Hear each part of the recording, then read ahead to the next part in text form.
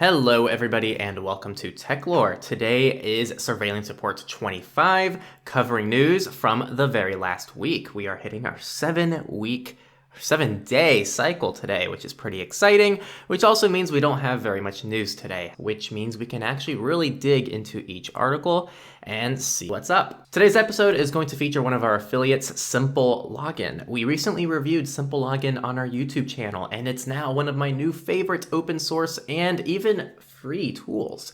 It's an aliasing service, so if you have one email, you can create dedicated aliases for anything. Social media, shopping, dating, really whatever you want. And the site or person never sees your real email, but all of their emails will go to your normal email inbox. It's dirt simple. Once you register, you don't have to think about it, and this is a great tool to organize your accounts, prevent breaches involving your personal email, and really, the possibilities are endless. It's on F-Droid, everything's open source, and in my opinion, it's criminally underrated, especially since the free plan will likely do for most people anyway. Watch our review if you want more of an in-depth dive of what it does and what it doesn't do, or you can just go on their website. I'll leave a link in the description, and that is an affiliate link, which helps us out. Let's go ahead and start our weekly news, as always, with companies. So a new lawsuit asks why Android phones are exchanging 260 megabytes a month with Google through cellular data when the apps aren't even in use. So this all happens in the background.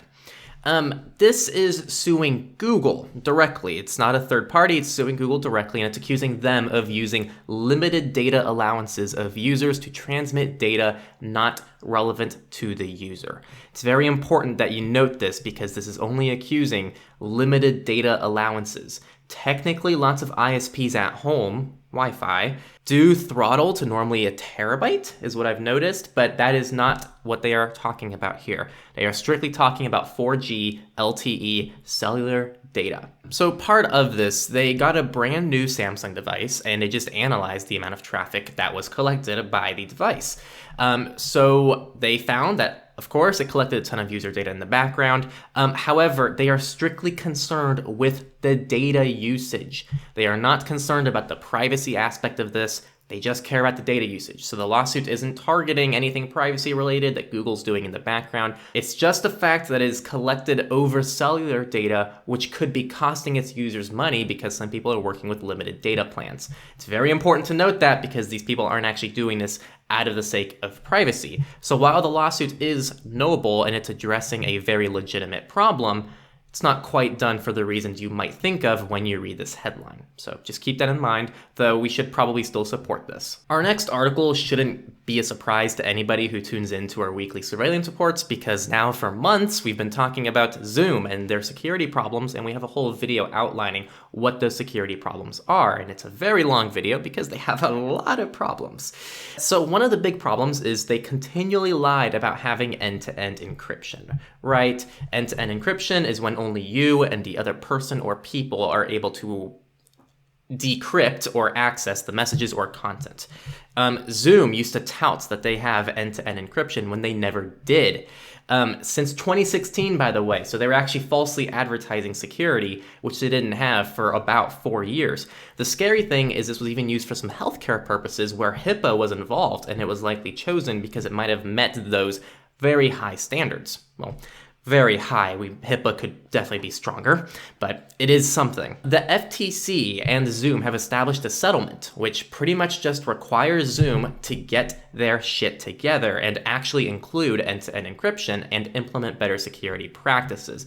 Right? Which I think is not too much to ask for, and that's what some politicians are complaining about. It's not enough. Some politicians are responding, say this is absurd as they lied for 4 years about a technology they didn't even have, which may have impacted users negatively, and those users are not being compensated for a product that they paid for. Because remember, a lot of companies pay for using Zoom, and they were promised end-to-end encryption, which Zoom never had. So these politicians think it's only fair for them to be compensated in some way. While part of me says you can't have your cake and eat it too, which is what's definitely happening here, I very much would like to see Zoom come under some real fire for this, because it's true. They're getting off really easy for lying about something for 4 years, and if this was a smaller company that was being sued in a smaller court, I'm sure something more drastic would happen to them. Believe it or not, that's all the company news this week. Research is next up, and it's only one article. And this is probably what you've heard about this week. There wasn't much news, and this is probably the only thing you really heard about. Macs are spying on every single program you use and open, and it's just horrible, and you should never touch macOS. If you actually read into it, that's the TL. Too long didn't read. This is a very important to break down because there are a lot of things that I think were taken out of context. And again, if these things are valid, I definitely want to cover them. I'm not trying to defend Apple here, but I do want to defend misinformation, which is what some of this is. As you know, Apple's Big Sur has been released. It's a major, they say every year is major, but it's apparently another major release of macOS, which brings along some cool new features, whatever, you know Apple's drill. The researcher has accused Apple of three things with Big Sur. A, and if you're watching the YouTube video, you're going to see it on the screen. A, unencrypted OCSP requests. B, these requests are carried through a third-party CDN. And C, Apple is inside the NSA's PRISM project. Let's break these all down. A seems like the most valid concern. First, OCSP is not unique to Apple and is utilized on several operating systems, including many Linux distributions. It's not inherently something evil. Second, Apple implements this as a way to check the safety of programs, and this doesn't seem unique to Big Sur, so there is an argument for the security's sake. If you're a user who's downloading something malicious, there is a possibility that this could catch that. Third, the concern of it being unencrypted seems extremely valid, but people are still digging into this because the researcher didn't include much information. In theory, if it's unencrypted, that means that anyone on a network or anyone who's tapped into a network or anyone on your local Wi-Fi could look and see what programs are opening. And this is all in theory. But again, no one's really looked into this much. So I want to wait to see actual or different expert opinions to see what they have to say about this, because a lot of the information in this research article isn't fully accurate, or it's taken a little bit out of context, or it's just completely fabricated without, or at least there's no evidence to point to it. So that's part A. Part B, very similarly, there's no evidence. So yes, I would like to wait to see what other people say about this, people who I consider legitimate experts. So let's wait on that. C is very interesting because we've known about this forever. We've known that Apple's in the NSA PRISM project.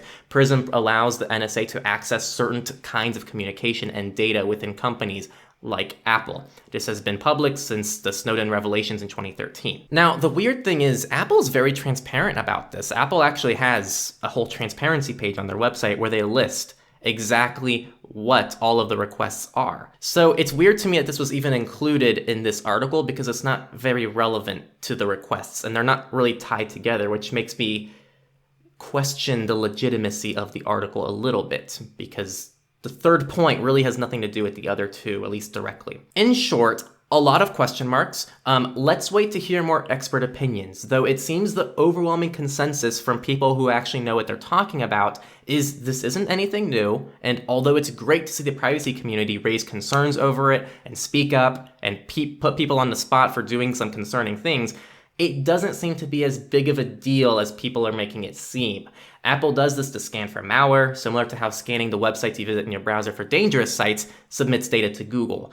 Though again, let's wait for more experts to comment on these things. There is a lot of misinformation floating around. Some of it seems to come from the raw article, and some of it seems to come from responses to the article.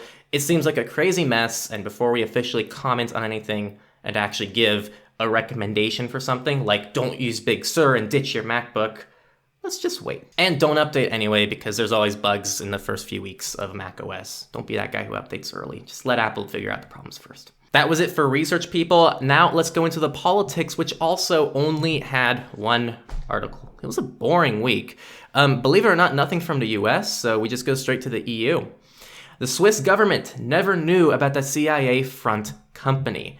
Now, for those who didn't hear, this came out some time ago, but it was revealed a Swiss-based encrypted device maker called Crypto AG was actually a front for the CIA since 1970 as a way to get some more data on citizens.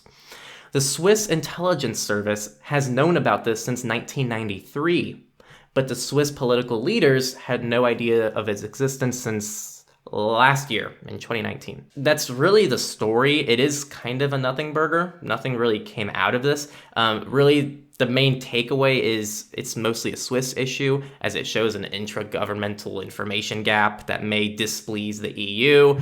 Again, nothing's really come out of this. I was kind of fishing for articles because there were no other major political articles, and this is the best I could find. One takeaway to give you is never over-rely on the jurisdiction of the country. So you go to Proton Mail's website, and they say, oh, we're Switzerland-based, so trust us. Don't trust something just because of its jurisdiction. I do think jurisdiction can play a part into why something is trusted, but don't just say, this shouldn't be your main defense. Proton Mail is good because it's Swiss. No, there are very good American US things, despite the USA being a Five Eyes country. So just keep that in mind. I wouldn't use jurisdiction as a sole decider for why you should or shouldn't use something. All right, the next category, free and open source. And I spent more time than I'd like to admit trying to find an article because there wasn't really anything new in the open source world this last week. It was a slow week. I can't really say that enough. So what I found, the EFF, the Electronic Frontier Foundation, if you don't know who they are, you should know who they are. They are a very pro-FOSS, very pro-privacy organization. They rely on donations and they do a lot of cool things. You should check out their website, eff.org. They introduced a new How to Fix the Internet podcast. The podcast digs deep into the issues that plague the internet today, as well as propose solutions to them, including FISA, US broadband, third-party doctrine, barriers to tech, facial recognition within law enforcement, and digital first sale. These are pretty common issues we hear about almost weekly in the surveillance report, and they're trying to make a podcast just talking about them. There is this official website too with a little bit more information and where to listen to it. Definitely watch that if you're interested. Don't forget too that Surveillance Report, if you're watching the video, is also a podcast. So you can watch both of these through your RSS client or Spotify or iTunes or wherever. So you get your weekly dose of depressing information, because I should rename this to the depressing reports. It's almost never positive, man. All right, and just like most of the other categories, Misfits just had one, and this one was not hard to find because it was a pretty nasty Misfits article. Now, no matter where you fall on the political spectrum, whether or not you agree with Donald Trump, his campaign does currently believe the election is rigged against them. No comment. To tackle this, they opened a lawsuit and threw a site together to collect voter information for people who supported their cause. The problem, it was hastily thrown together and publicly showed a list of voter names and addresses as you typed in the fields. Someone was able to run a script that could pull all the data of each voter's name and address. Another person used an injection to pull names, addresses, date of birth, and the last 4 digits of their social security numbers. The site is now buried, but I think it shows to be careful with any brand new websites that may not have been properly looked over within a few hours of creation. I think a major takeaway from this, voter data is treated like absolute garbage in the United States. I don't know how it is in other countries, as I live in the United States, but I can tell you, election data is just sold off to anybody. When you register to vote, a lot of states give that data to campaigns, so campaigns can then target you for text messages, emails, mailing addresses, and whatnot, and that should not happen. Who you vote for should be one of the most secret things that you do. People don't know that Hitler in World War II, before he went on his massacre, he used census data to help narrow down who was Jewish. This kind of data, if it falls into the wrong hands, who did you vote for? What side are you on? What are your political beliefs? What are your social beliefs? They tell a lot about who you are, and if a certain demographic is ever targeted for who they vote for, or what their demographic is, how many people live in their house, it's a lot of dangerous information to give someone. So just keep that in mind. I feel like that is one of those things that just needs to be kept private and secret, because no one should know who you vote for except you. And in my opinion, there should be a way for not even the government to know who voted for who.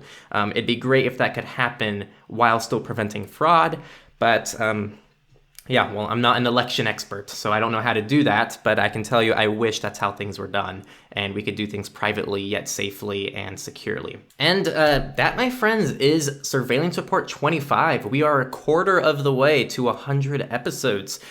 Crazy how long this has been going on. We hope to keep it up. It's a lot of fun to do. It's weekly. I'm going to try to keep it more weekly. And again, this is brought to you by Simple Login. Absolutely love their service. If there's one thing you should do after this is definitely at least just check out the website. I think once you see what it is, you start appreciating and you go, oh wow, I could really use that for this one thing. All right, everybody, and as always, if you're listening to the podcast, give us a rating and leave a review and follow our podcast for the weekly news. And also those ratings help boost how we do in the search results, which means more people can find our podcast, more people see the privacy stuff, and more people can contribute and be a part of our movement. If you're watching the video, same deal. Subscribe on the platform you're watching from, share it, give it a like, and do what you can to tune in to our free weekly news. Speaking of, it's all free. So thank you to our patrons. Thank you to everyone else who finds ways to support what we do. And also, join if you can. You can join our Patreon for just $1 a month, and there's a lot of cool perks for you, even for just the $1 tier. And if you are part of the $5 tier, you get to be in our video outros, and you get to be on our website. That is brand new, by the way. So all $5 patrons and higher get to be on our website, which is a super cool perk. That's all I got to say for the week. Let's hope next week is a little more eventful, or honestly, probably less eventful, considering the more events, the majority of them tend to be negative. So if we lower the frequency of events, less bad privacy news. So maybe this week was a win. That's how we should interpret this. We had a win this week, only 6 articles, I believe. Let's try to keep that up. See everybody next week where we try to go for 5 articles. Goodbye.